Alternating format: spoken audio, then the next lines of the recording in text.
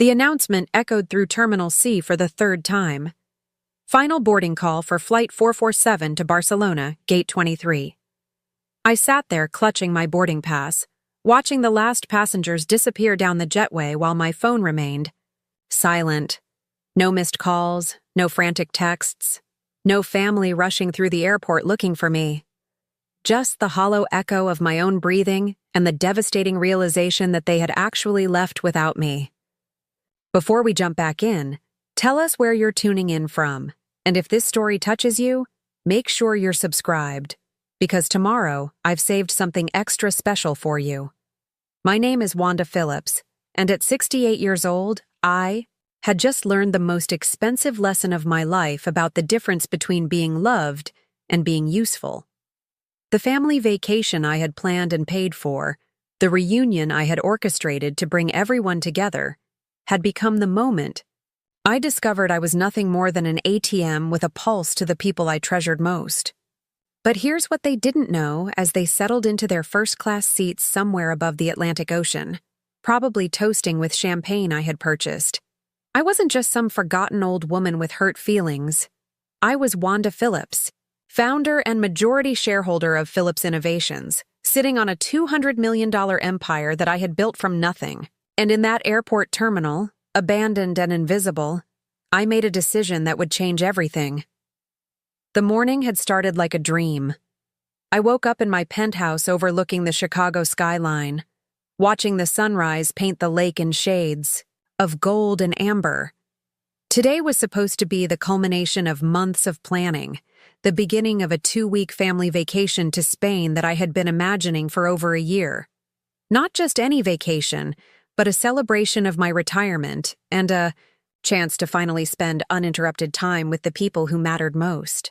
I had retired 6 months earlier from Phillips Innovations, the tech company I founded in my garage 35 years ago, when my husband left me with 3 young children and a mountain of debt.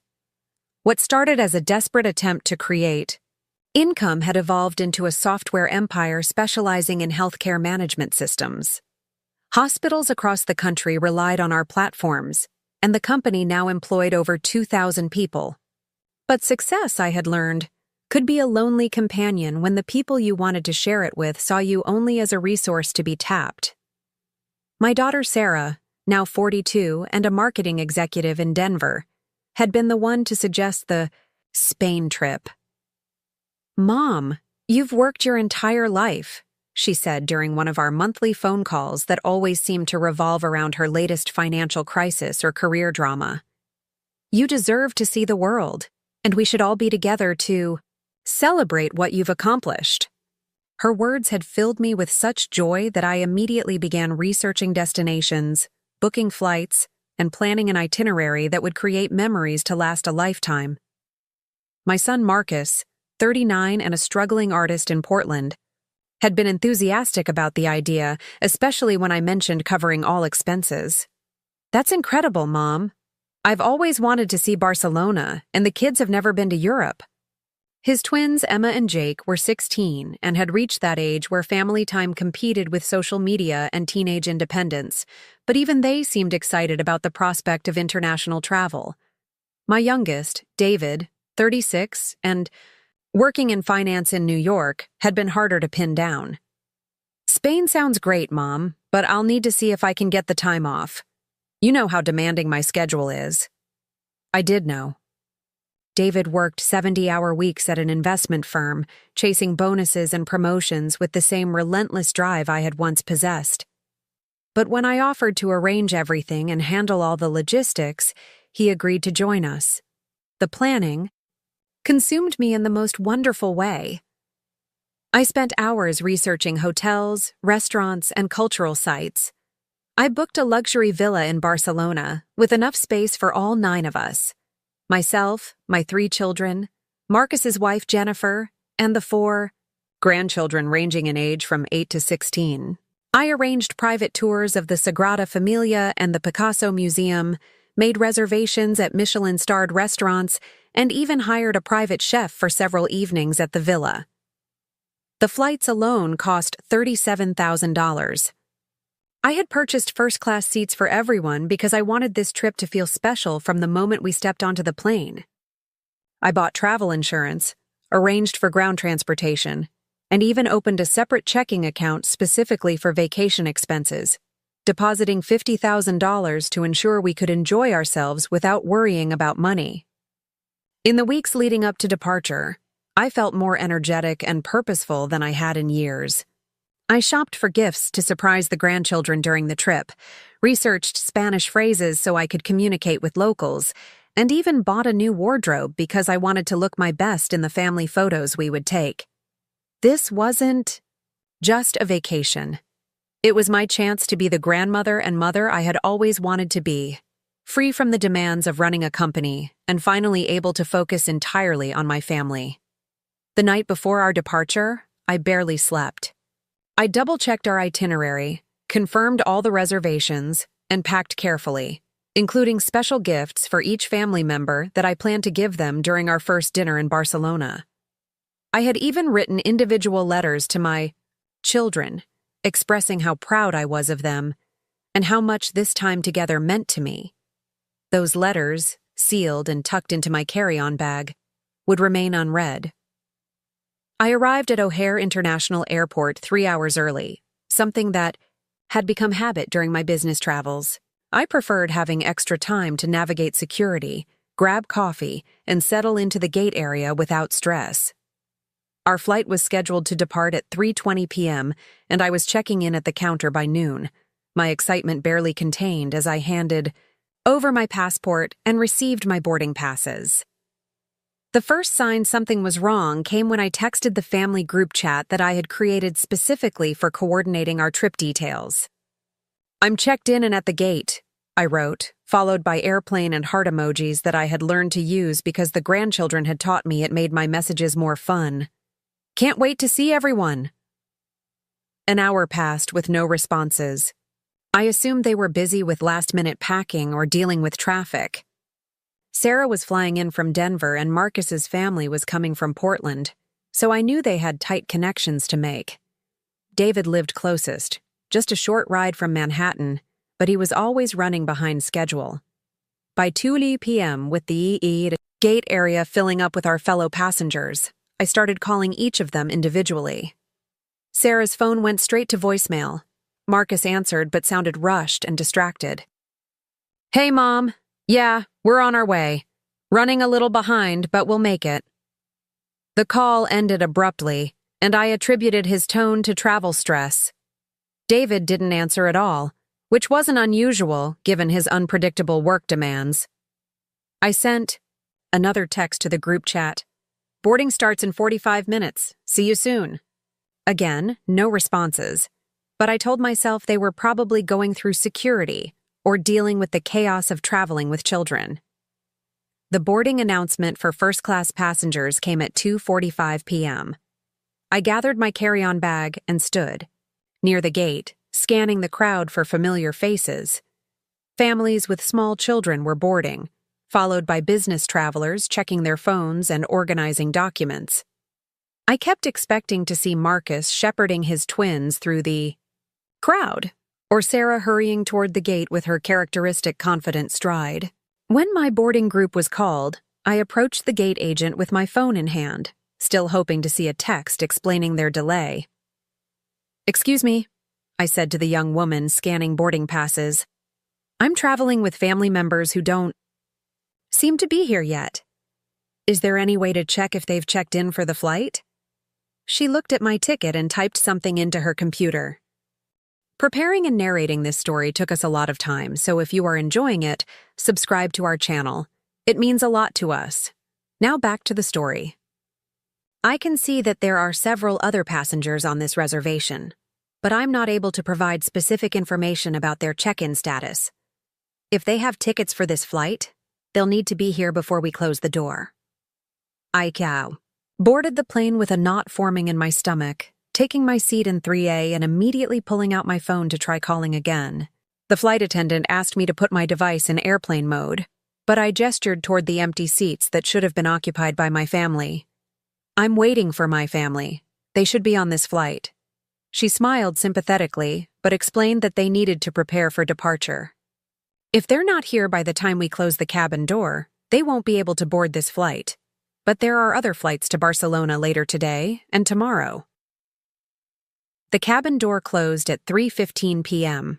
I sat in my first-class seat, surrounded by 8 empty seats that I had paid for, watching other families settle in for the journey while I tried to process what was happening. The plane pushed back from the gate at 3:25 p.m., 5 minutes after our scheduled departure time, and I finally turned on airplane mode with shaking hands. During the 8-hour flight to Barcelona, I had plenty of time to think. I reviewed every conversation, every text message, every detail of our planning process, trying to understand how this could have happened. Had there been a family emergency? Had someone gotten sick? Had there been a miscommunication about the departure time or airport? But the more I thought about it, the more a different explanation began to take shape.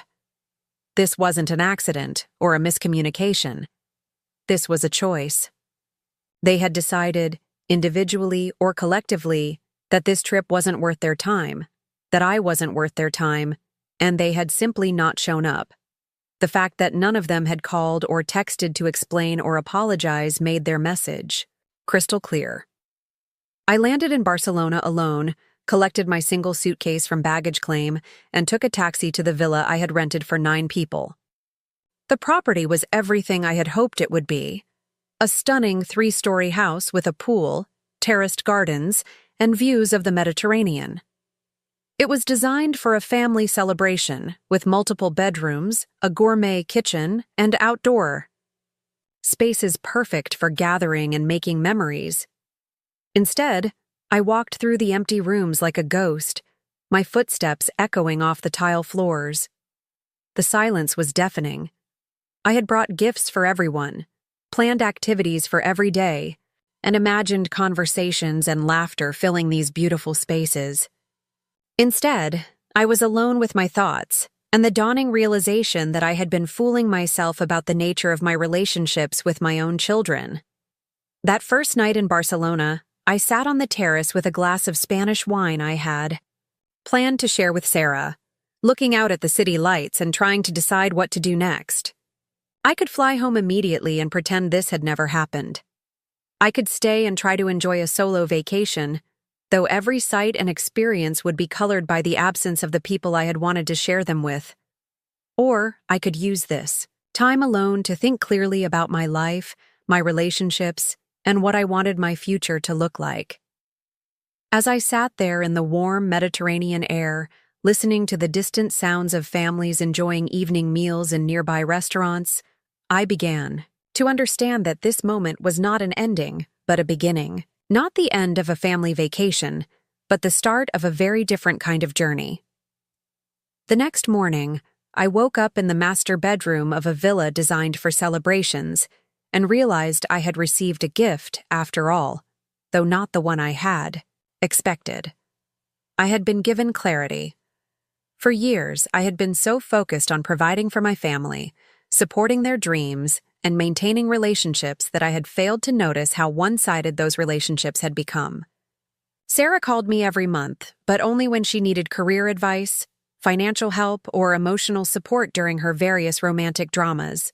Marcus reached out when his art wasn't selling and the bills were piling up, or when he needed someone to watch the twins so he and Jennifer could have a weekend away. David contacted me primarily during holidays, or when he wanted to update me on his latest professional achievements, conversations that felt more like performance reviews than genuine connection.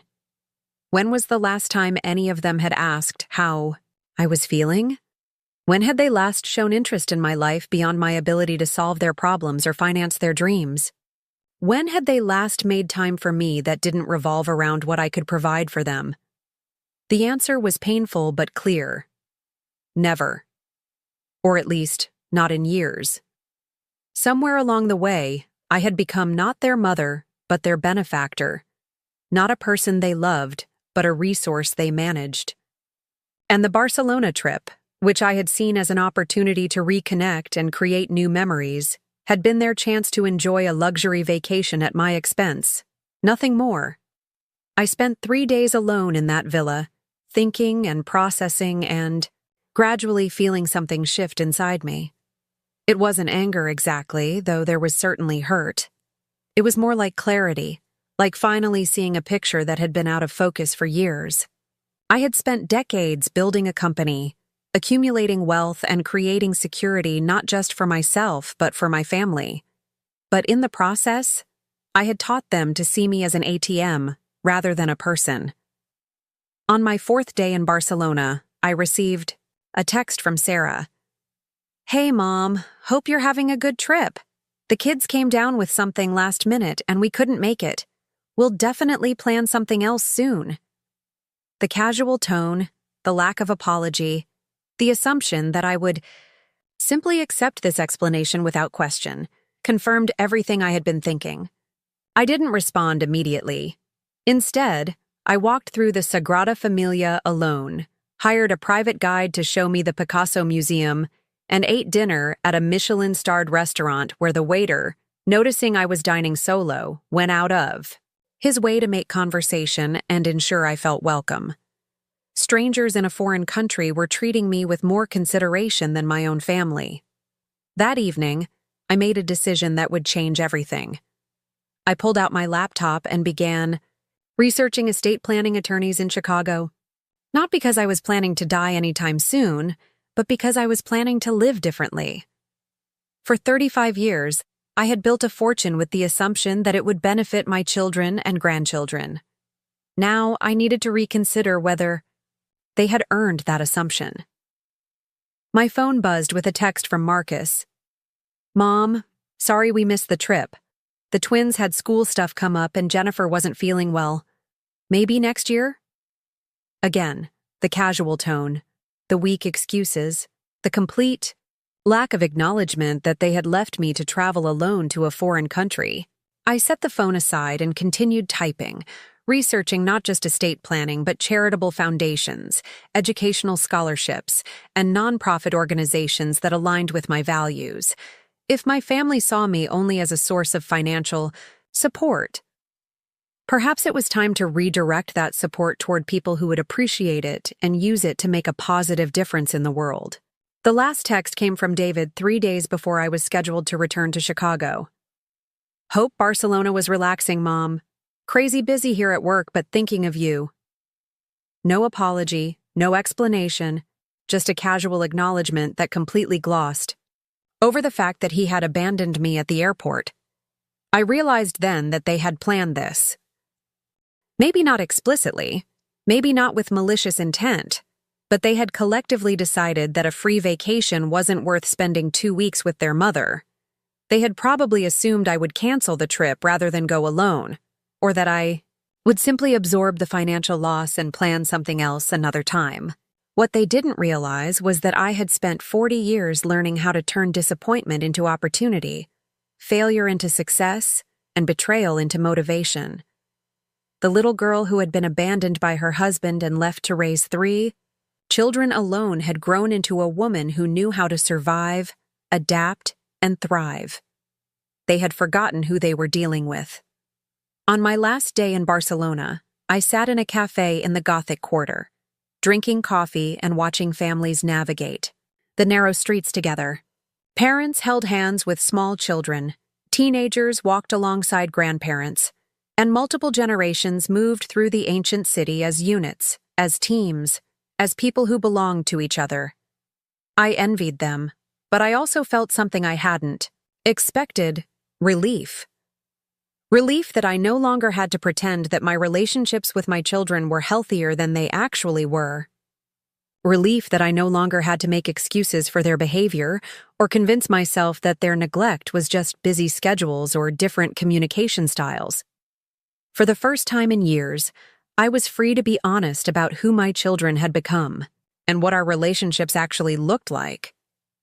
And with that honesty came the freedom to make different choices about my life, my time, and my considerable fortune. I flew back to Chicago with a clarity I hadn't felt in decades. The woman who had boarded a plane to Barcelona hoping to strengthen family bonds was returning with a different mission entirely. I was going home to take control of my life, my legacy, and my happiness in ways I had never considered before. They had forgotten me at the airport gate, treating me like an inconvenience they could simply ignore. Now they were about to discover what it felt like to be forgotten in return, starting with a $200 million estate that they had always assumed would be theirs. The plane touched down at O'Hare on a gray Thursday morning, and as I collected my luggage and walked through the same terminal where I had waited for them 2 weeks earlier, I felt like a completely different person. Not because of what had happened to me, but because of what I had decided to do about it. They thought they could take my love for granted while treating me like a convenient resource. They were about to learn that love, real love, requires respect, consideration, and genuine connection. And since they had shown me clearly that they were incapable of providing any of those things, it was time to find people who were. My phone had been buzzing occasionally during the flight with messages from Sarah about some workplace drama she needed to discuss, and a voicemail from Marcus asking if I could watch the twins next weekend. David had sent a LinkedIn article about retirement planning with the message, "Thought you might find this interesting." I deleted all of them without responding and called my assistant instead. "Helen, I need you to schedule a meeting with the D, estate planning firm of Morrison and Associates, for next week. And I want to set up appointments with the directors of 3 charitable organizations: the Chicago Children's Hospital Foundation, the Northwestern University Scholarship Fund, and the Women's Entrepreneurship Initiative." "Of course, Ms. Phillips," Helen replied, though I could hear the curiosity in her voice. "May I ask what this is regarding?" "Legacy planning," I said, watching the Chicago skyline come into view as my taxi left the airport. "It's time to make sure my life's work goes to people who will value it appropriately."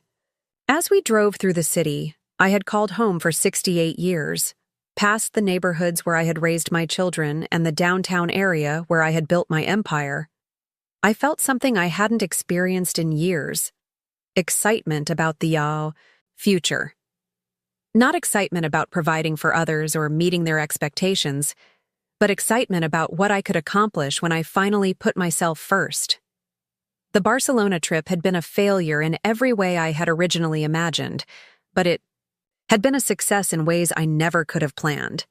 It had shown me exactly where I stood with my family, and it had given me the motivation to change that dynamic completely. They had taught me that my love wasn't valued, my presence wasn't desired, and my feelings weren't considered. Now I was going to teach them about consequences, about the difference between being entitled to someone's generosity and earning it, and about what happens when you mistake unconditional love for unconditional tolerance. The taxi pulled up to my building, and as I rode the elevator to the penthouse that had felt so empty when I left 2 weeks earlier, I realized it didn't feel empty anymore. It felt like a sanctuary, a place where I could think clearly and make decisions based on my own values and priorities rather than my children's expectations and demands. I had spent 35 years building a fortune while convincing myself that the distance growing between my children and me was natural, temporary, or somehow my fault. Barcelona had shown me the truth. They had chosen money over relationship, convenience over commitment, and their own comfort over my feelings. Now it was my turn to make choices. And I was going to choose people who saw me as more than a checkbook with a pulse, who valued my presence as much as my presence, and who understood that love is something you give and receive, not something you simply take for granted. The airport gate where they forgot me had been a moment of humiliation and heartbreak, but it had also been the beginning of my liberation, the start of a journey toward a life where I mattered for who I was, not just what I could provide. They were about to discover that forgetting someone worth $200 million was a very expensive mistake. The silence in my penthouse felt different when I returned from Barcelona. It wasn't the comfortable quiet of a peaceful home, but the sharp clarity that comes after a storm has passed and you can finally assess the damage. I set my suitcase down in the marble foyer and looked around at the space I had designed to accommodate family gatherings that had become increasingly rare and increasingly hollow. The oversized dining table where I had hosted Thanksgiving dinners for years watching my children check their phones between courses. The guest bedrooms I had decorated with my grandchildren in mind, rooms that had been used perhaps a dozen times in the past 5 years. The kitchen where I had baked birthday cakes for people who barely remembered to call on my birthday. Everything in this beautiful home had been chosen with others in mind, and now I was seeing it through new eyes. I walked to my home office, a space that had been my sanctuary during the building years of Phillips Innovations, and sat down at the antique desk that had belonged to my grandmother. She had been a woman who understood disappointment, having raised 6 children during the Depression while her husband drank away their savings. "Wanda," she used to tell me, "never make yourself so useful to people that they forget you're a person first." I had forgotten that lesson somewhere along the way, buried it under years of success and the intoxicating feeling of being needed. But my grandmother's wisdom felt fresh and relevant as I pulled out a yellow legal pad and began making lists. Not to-do lists or grocery lists or gift lists for other people, but lists for me. What did I want? What made me happy? What would I do if I stopped organizing my life around other people's expectations? The first list was surprisingly difficult to write. After decades of defining myself through my roles as mother, grandmother, and provider, I struggled to identify desires that were purely my own. I sat with my pen hovering over the paper for nearly 20 minutes before writing the first item. Learn to paint watercolors. It was something I had mentioned wanting to do years ago, back when Sarah was in college and going through her artistic phase. She had laughed and said something about me being too analytical for art, and I had never brought it up again. The second item came easier. Travel to places I choose, at my own pace. Barcelona had shown me how much I enjoyed solo exploration, making decisions based on my own interests, rather than negotiating with multiple people about where to eat or what to see. The third item felt revolutionary. Spend time with people who enjoy my company, not my checkbook. As I continued writing, I realized how long it had been since I had thought about my own preferences, my own dreams, my own definition of a life well lived. For years, I had measured my success by my children's achievements and my happiness by their satisfaction with what I provided for them. But what about my satisfaction? What about my achievements beyond the financial ones? What about the person I wanted to be in my final decades? The yellow pad filled up quickly once I started. I wanted to take cooking classes, not to feed others, but to explore flavors I enjoyed. I wanted to read books that interested me, not just the bestsellers my children recommended or the business publications that had dominated my reading for decades. I wanted to have conversations about ideas, art, philosophy, and dreams, not just schedules, expenses, and problems that needed solving. Most surprising was the item I wrote near the bottom of the list: make friends. At 68, I realized I had acquaintances, business contacts, and family members, but very few genuine friends. The demands of building a company and raising children had consumed my social energy for so long that I had forgotten how to cultivate relationships that weren't based on obligation or necessity. The lists took me 3 hours to complete, and when I finished, I felt something I hadn't experienced in years: anticipation. Not for an event I was planning for others or a goal I was helping someone else achieve, but for my own life, my own experiences, my own joy. It was terrifying and exhilarating at the same time. The next morning, I started implementing changes immediately. I called the Art Institute of Chicago and enrolled in a beginner's watercolor class that met Tuesday evenings. I signed up for a wine appreciation course at a local culinary school, something I had always been curious about but never had time to pursue.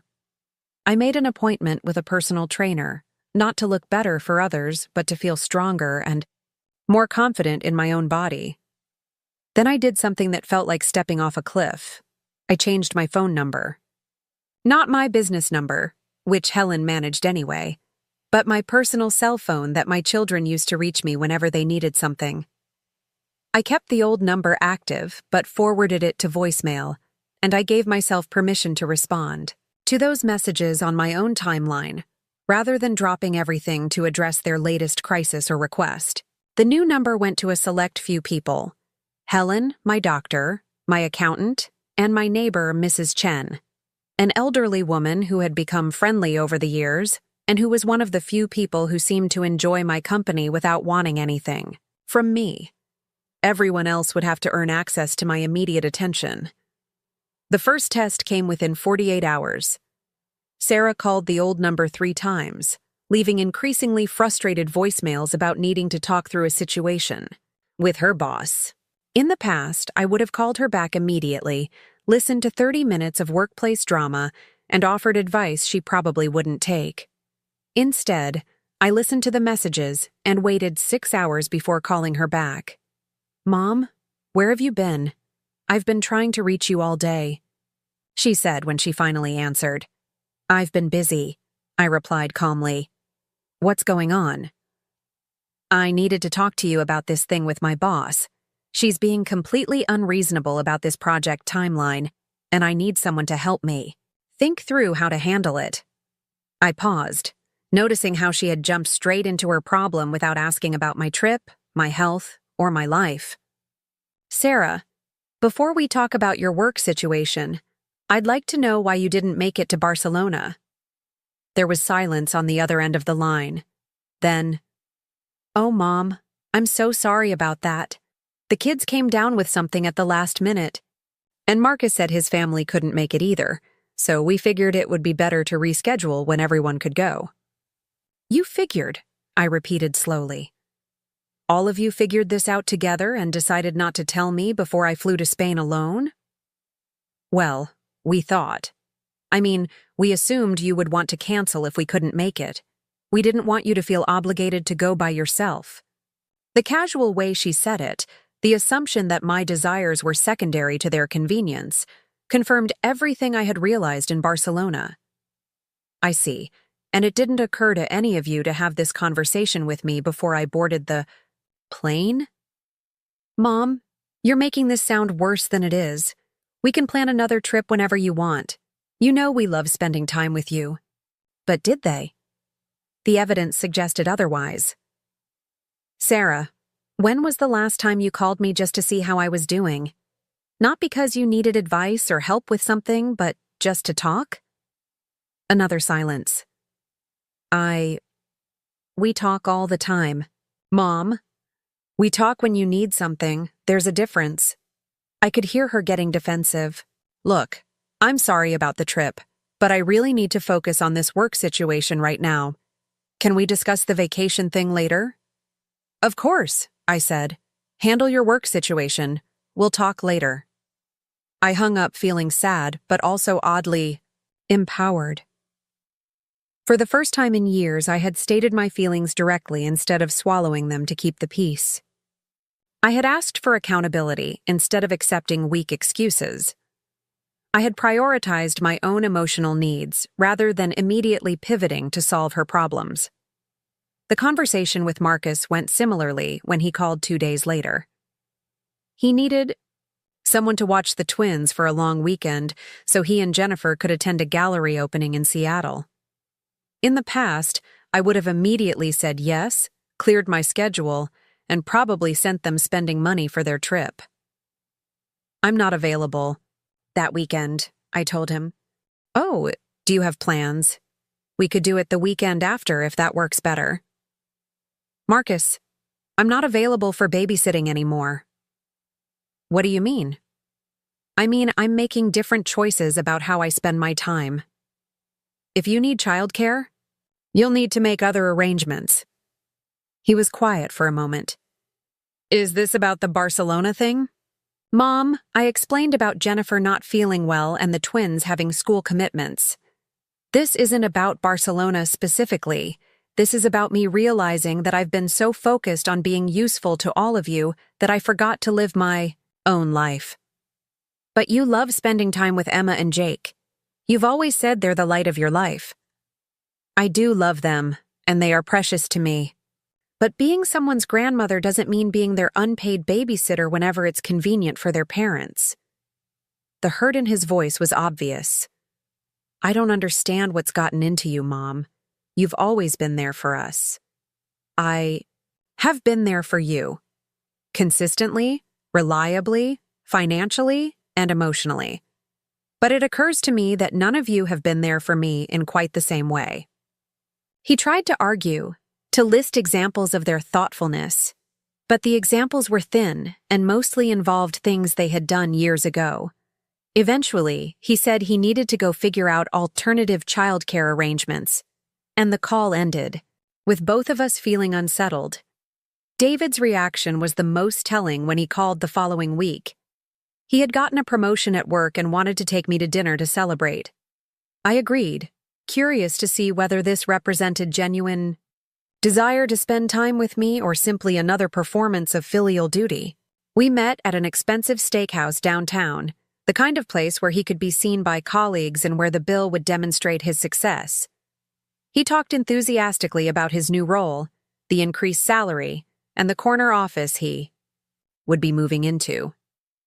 I listened and asked appropriate questions, but I also paid attention to the dynamic between us. 30 minutes into the meal, he had talked exclusively about himself. He hadn't asked about my trip to Barcelona, my retirement activities, or my life in any meaningful way. When there was a natural pause in his monologue, I decided to test something. David, I've been thinking about making some changes to my estate. Planning. That got his attention immediately. What kind of changes? I'm considering establishing a charitable foundation that would manage most of my assets after I'm gone. His fork stopped halfway to his mouth. A charity? What about family? What about family? Well, I just assumed. I mean, we've never really talked about it, but I figured you'd want to leave your estate to your children and grandchildren. Why would you figure that? He looked genuinely confused by the question. Because that's what people do. They build wealth to pass on to their families. I built wealth to secure my own future and to have the freedom to make choices about how it's used. Whether those choices include family depends on a lot of factors. What factors? I looked at my son, this successful, confident man who had somehow reached the age of 36, believing he was entitled to inherit wealth he had done nothing to earn from a mother he barely made time to see. Whether family has invested in relationships with me the same way I've invested in relationships with them, whether they see me as a person they love or a resource they expect to benefit from. He set down his fork completely. Mom, where is this coming from? Of course we love you. Do you? When was the last time you called me without wanting something? When was the last time you asked about my interests, my dreams, my feelings? When was the last time you made time for me that wasn't convenient for your schedule? He opened his mouth to respond, then closed it again.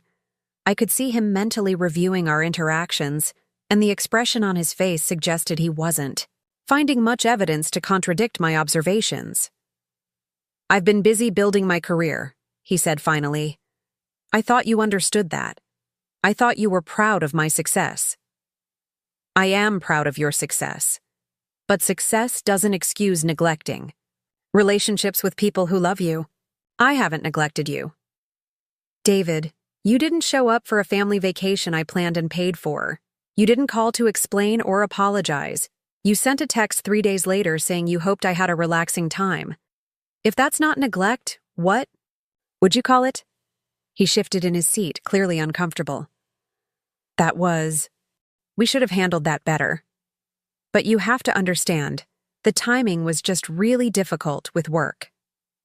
The timing was difficult, so you decided not to mention that until after I had already left for the airport? We didn't want to disappoint you. So instead, you abandoned me. The word hung in the air between us. He started to protest, but I held up my hand. I'm not interested in excuses or explanations at this point. I'm interested in understanding who you've become and what kind of relationship you actually want with me. Because the relationship we've had, where I provide support and resources while you provide occasional updates about your achievements, isn't working for me anymore. The dinner ended awkwardly, with David clearly shaken by a conversation he hadn't expected and wasn't prepared for. As I watched him struggle to process the idea that his inheritance wasn't guaranteed, I felt a mixture of sadness and liberation. Sadness for the relationship we had never actually had, and liberation from the pretense that we had one. Over the following weeks, similar conversations played out with each of my children. None of them were prepared for my directness, my boundaries, or my unwillingness to immediately forgive and forget their behavior. They were accustomed to a version of me that absorbed disappointment, overlooked neglect, and continued providing support, regardless of how I was treated. This new version of me, the one who had emerged from the airport gate humiliation and the solo Barcelona revelation, was someone they didn't know how to handle. I wasn't angry or vindictive, but I was clear about my expectations and honest about my feelings. I was done making excuses for them, and I was done making myself smaller to accommodate their comfort.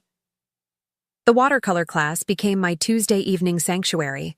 I was terrible at it initially, my corporate executive brain struggling with the unpredictability of paint and water. But there was something deeply satisfying about creating something beautiful that served no purpose other than my own enjoyment. My instructor, a woman named Grace who was about my age and had started painting after her own retirement, became my first genuine friend in years. Grace had no idea about my financial status or business background. To her, I was simply Wanda, the woman who sat at the easel next to hers and struggled with the same artistic challenges. We talked about color theory and brush techniques, but also about books we were reading, places we wanted to travel, and the strange experience of rediscovering yourself in later life. I spent 40 years being a wife and mother, she told me, one evening as we cleaned our brushes. When my husband died and my kids moved across the country, I realized I had no idea who I was without those roles. It's been terrifying and wonderful figuring it out. Her words resonated deeply. I had spent decades being so completely defined by my responsibilities to others that I had lost touch with my own identity. The process of reconnecting with myself was indeed terrifying and wonderful, like meeting a stranger who happened to live in my body. The wine appreciation course introduced me to another group of people who were exploring new interests in retirement. I learned about varietals and terroir, but more importantly, I learned about conversation that flowed naturally without agenda or obligation. Nobody needed anything from me. Nobody wanted to solve their problems through my resources.